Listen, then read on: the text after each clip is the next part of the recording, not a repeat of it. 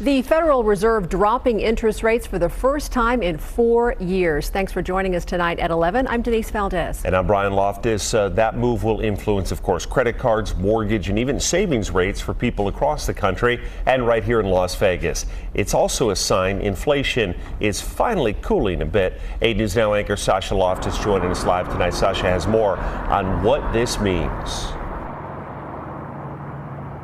Denise and Brian, those we spoke with today said this is welcome news, especially if they're carrying some debt. But economists tell me it doesn't necessarily mean a significant shift in the Southern Nevada housing market just yet. It affects everybody in a really terrible way.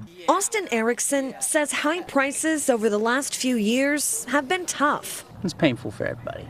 Doesn't matter what business you're in. He says inflation, followed by rising interest rates, have caused financial struggles for many he knows. But big news could signal future change. The Federal Open Market Committee decided to reduce the degree of policy restraint by lowering our policy interest rate by a half percentage point. The Federal Reserve announcing it's cutting its key interest rate for the first time in 4 years to sit between 4.75 and 5%. A bold move, Chair Jerome Powell says shows confidence that inflation is close to a healthy target of 2%. The U.S. economy is in good shape. It's growing at a solid pace.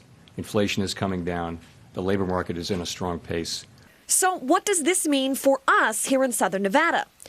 UNLV professor of economics Stephen Miller says it could spell good news for anyone paying down a credit card or looking to take out a new loan.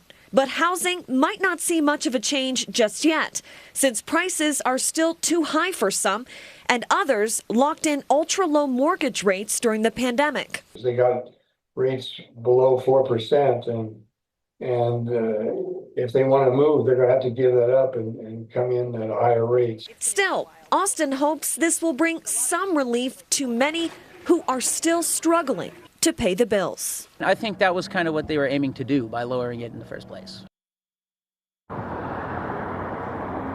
Now, Jerome Powell of the Federal Reserve says that this particular cut does not necessarily signal a trend, and they will, of course, assess the economic climate meeting by meeting. But some projections show that if inflation continues to cool, we could see rates as low as 3.25% by the end of next year.